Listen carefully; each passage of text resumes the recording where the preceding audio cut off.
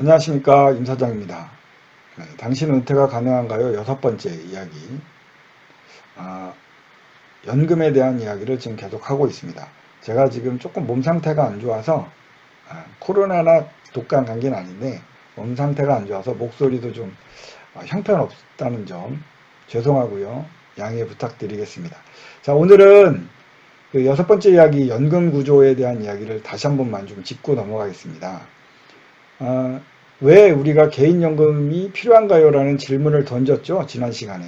그래서 연금이 부족해. 생활비를 이만큼 써야 되는데 국민연금으로, 퇴직연금으로 부족하니까 개인연금까지 가입을 해야 돼. 라는 이야기를 말씀을 드렸는데요. 그럼 왜 국민연금으로 안 되지? 그럼 국민연금을 더 받으면 되잖아. 라는 질문을 하실 거예요. 네, 물론 국민연금이나 연금, 그런 기본적인 연금을 더 받았던 직종이 있죠. 공무원이나 교사들은 실질적으로 급여가 당시의 근로자들보다는 낮았지만 연금이 높다라는 것을 이제 이점이 됐죠. 그래서 지금은 공무원연금이나 교원연금을 받으시는 분들은 일반 직장인들보다 국민연금을 받으시는 분들보다는 윤택하신 생활을 하고 있습니다. 훨씬 윤택하죠. 주변에 보시면 그래서 연금이 필요하다는 것이 느껴질 정도로 공무원 출신들이나 이제 교원연금을 받으시는 분들은 윤택한 노후 생활을 하고 계십니다. 자, 왜 우리는 국민연금 갖고는 안 되나 라는 것을 숫자적으로 한번 보시면요. 2020년 기준으로 이제 국민연금관리공단에서 나온 자료를 가지고 해봤는데요. 25년 근무, 30년 근무, 40년 근무를 평균 이제 급여액으로 나눴을 때 우리 320만 원을 40년 동안 이제 평균적으로 받았다라고 봤을 때 실질적으로 예상되는 연금액표는 114만 원입니다. 자, 이 320만 원이 뭐 40년 동안의 급여를 평균 급여로 나눈 거죠. 뭐 100만 원, 200만 원, 300만 원, 500만 원 했을 때 쭉 우리가 이제 평균을 냈을 때 320만 원 정도를 받았고 그 다음에 40년 동안 했는데 나중에 연금을 받는 건 114만 원이다. 자, 지난 시간에 최저 생활비가 200만 원, 그 다음에 평균 생활비가 252만 원이라고 말씀드렸는데요. 114만 원, 이게 턱없이 부족하죠. 자, 그래서 퇴직연금도 가입해야 되고 개인연금도 가입해야 된다. 자, 40년을 근무하신 분이 이 정도면 25년을 근무하신 분은 70만 원대로 뚝 떨어집니다. 이거 이제 연금을 가입 안 할 수가 없고요. 국민연금은 국민연금공단이 알아서 관리하니까 돌아가지만 퇴직연금은 내가 좀 관리해야 되는 것도 필요하고요. 개인연금은 더욱더 내가 추가로 가입해야 되고 관리를 하셔야 됩니다. 그래서 개인연금이 필요하다라는 말씀을 드렸습니다. 자, 개인연금 중에는 그래서 말씀드렸던 게 세제 적격이 있고 세제 비적격이 있다. 세제 적격은 연금 저축을 말한다라고 말씀드렸고요. 세제 비적격은 일반적인 우리 일반 연금이다 라는 것을 말씀드렸는데요. 자, 오늘은 그 연금 저축과 세제 적격 연금과 연금 세제 비적격 연금에 대한 이야기를 좀 해보도록 하겠습니다. 자, 먼저 연금 저축은 세제 적격 연금은 공시이율로 되고요. 실질적으로 원리금 보장 상품이라고 보시면 됩니다. 그래서 순수연금 형태가 대부분이고요. 세금 혜택으로는 소득공제를 주는데 매년 납입금액의 400만 원 한도 내에서 15% 이게 이제 소득에 따라서 틀려지는데요. 15% 또는 12% 세액공제를 받습니다. 주민세가 포함되면 16.5%, 13.2%가 되겠죠. 자, 그런데 중도 해지할 경우에는 페널티가 들어갑니다. 그래서 매년 16.5% 주민세 포함해서 해당 금액을 환수를 하고 해지를 합니다. 그래서 실질적인 해지환급금이 확 줄어드는 효과가 나오면서 이것 때문이라도 끝까지 납입을 해야 한다라는 이유가 될 수 있습니다. 그래서 이 연금저축 상품은 5년 이상 납입을 해야 되고요. 그리고 55세 이후에 연금 수령을 해야지만 이런 혜택들이 다 적용을 받을 수 있습니다. 만약에 안 되면 환수를 한다라고 보시면 되고요.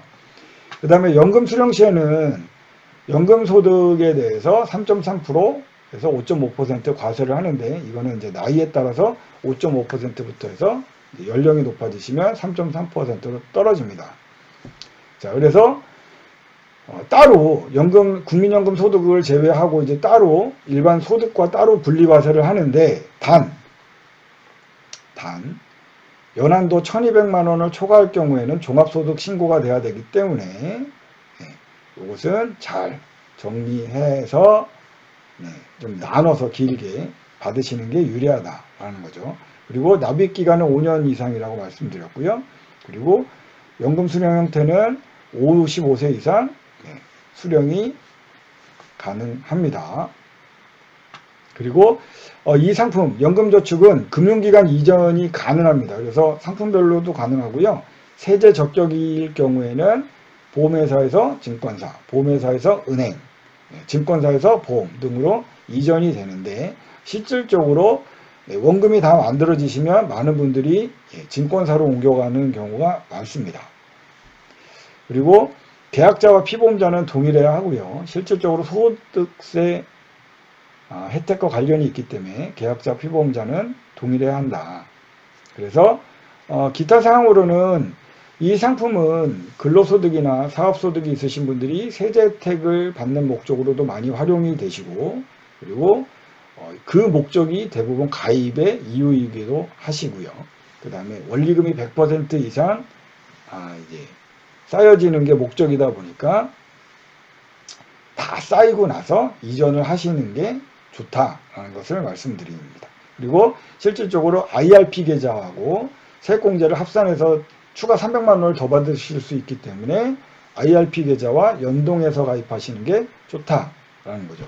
근데 실질적으로 이제 이 상품들은 보험을 하시거나 또는 이제 솔직히 말씀드리면 수수료가 적기 때문에 보험 판매하시는 분들이 그렇게 좋아하시는 상품들은 아닙니다. 그래서 권유는 잘 안 하지만, 제가 봐도 소득이 높으시거나 사업소득이 좀 많으신 분들은 꼭 이 상품을 가입하자.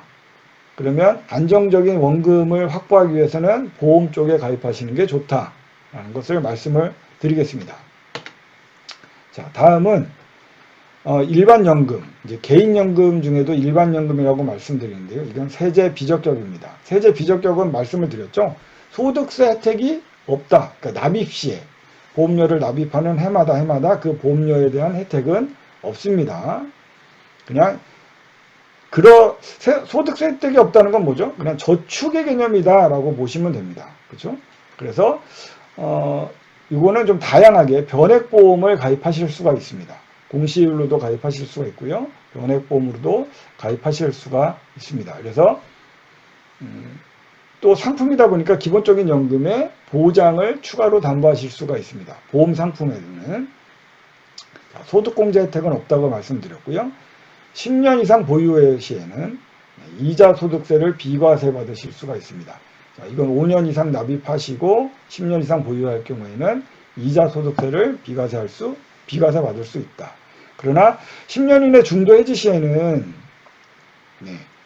특별한 조건은 없습니다. 그냥 해지환급금을 받으시면 되는데 원금을 못 받으실 수도 있고, 또는 잘 관리했는데 원금 이상의 이자가 발생됐다라고 하면 그 이자에 대한 이자 소득세는 납입을 하셔야 됩니다. 그래서 가급적이면 비과세 통장을 만드는 목적으로 쓰시기에는 딱 좋은데 10년 이내 해지는 조금 안 하시는 게 좋다라는 게 제 생각이고요. 이게 연금 수령에 있어서 무슨 세제 적격에서는 분리과세를 한다라고 되어 있지만, 얘는 10년 이상이 지나시면 비과세이기 때문에 분리과세 개념도 없고요. 추가로 자금이 많으신 분들이 추가 가입하시기에는 좋은 상품이다 라고 말씀을 드릴 수가 있습니다. 자, 납입기간은 5년 납입 이상이 되셔야 되고요. 그 다음에 연금 수령 형태는 세제 적격에서는 55세 이후에 가능하다고 했는데, 이 개인연금은 만 45세 이후에 수령이 가능합니다. 그래서 가끔 자녀를 가입해서 부모가 45세 때, 자녀가 45세 때 타는 약간 좀 그렇게 상속과 증여를 적절히 섞어서 사용하시는 경우도 있는데요. 그건 다시 한번 말씀을 드리겠습니다.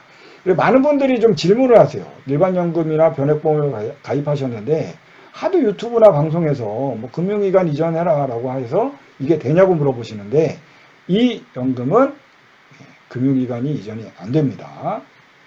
금융기관 이전 안 되고요. 그리고 계약자 피보험자가 달라도 상관이 없습니다. 왜? 소득세 혜택이 없기 때문에 계약자와 피보험자가 달라도 됩니다. 그래서 보통 아이들을 가입을 해서 타시는 경우가 좀 많습니다. 자, 그래서 어떻게 하느냐? 계약자는 부모로 하고요. 피보험자는 자녀로 해서 자녀가 45세 때부터 연금 수령을 부모가 받는 거죠.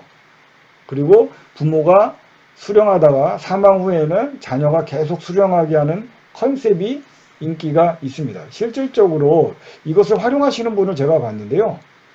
너무 좋아하시더라고요. 그러니까 아이가 어렸을 때부터 가입했으니까 이게 굉장히 꾸준히 오래 가입하셨을 거 아니에요. 그러면서 자기가 이제 아이가 이제 45세가 되면 내가 이걸 받을 수 있다라는 희망을 안고 살더라고요. 그러면 아이와 부모님이 나이가 보통 한 25세에서 30세 차이가 난다라고 하면 부모님이 대략 한 70세 때부터는 연금을 추가로 받으실 수가 있는 거죠. 그래서 이것들을 활용하시는 분들이 많다라는 거고요.